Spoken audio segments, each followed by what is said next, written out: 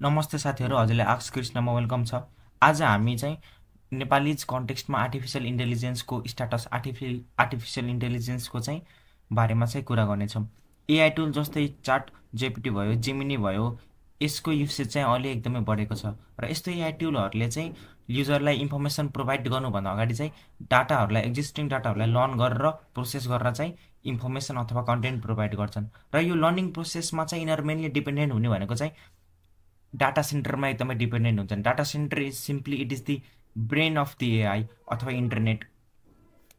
अनि यो डाटा सेन्टरहरू चाहिँ के हो भन्दाखेरि चाहिँ इट्स अ फेसिलिटिज। यो भनेको चाहिँ एकदमै पावरफुल कम्प्युटरहरू मिलेर चाहिँ डाटाहरू स्टोर गरेर राखेको हुन्छ र यो स्टोर डाटाहरूलाई चाहिँ प्रोसेस गरेको हुन्छ। र यो स्टोर र प्रोसेस राख्ने क्रममा चाहिँ यिनीहरूले चाहिँ एकदमै हाई इलेक्ट्रिसिटी कन्ज्युम गरेको हुन्छन्। वेल नम्बरमा भन्नुपर्दा चाहिँ यो डाटा सेन्टरहरूले वर्ल्डको 1.5%को टोटल इलेक्ट्रिसिटी चाहिँ कन्ज्युम गरेका छन्।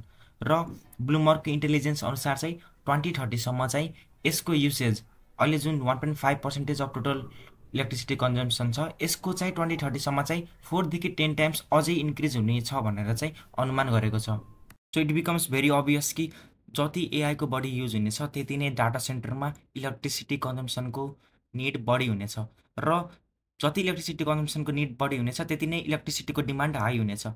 र अहिलेको सो कल्ड कमिटमेन्ट सबै कन्ट्रीहरूले देखाएका छन् कि सबै कर्पोरेसनलेहरूले देखाएका छन् कि अब आउने इयर्समा चाहिँ सकेसम्म चाहिँ रिन्युएबल इनर्जीको युज गर्ने भनेर चाहिँ कमिटमेन्ट देखाएका छन्।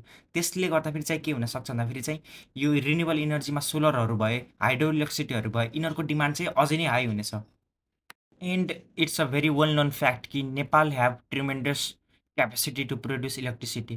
त्यही भएर चाहिँ यो अपर्च्युनिटीलाई सिज गर्नको लागि चाहिँ नेपालले चाहिँ यदि हाम्रो आइटी इन्फ्रास्ट्रक्चरहरूमा चाहिँ र आइटी पोलिसीहरूमा चाहिँ यदि राम्रो काम गर्छ भने, राम्रो पोलिसी ल्याउँछ भने we can seize this opportunity. र यसैमा आर्टिफिसियल इन्टेलिजेन्स एन्ड डिप्लोमेसी भनेर रिसर्च गरिएको छ। यसमा एआईको इम्प्याक्ट र नेसेसरी पोलिसीहरू के चाहिन्छन् भनेर चाहिँ सजेसन गरेको छ।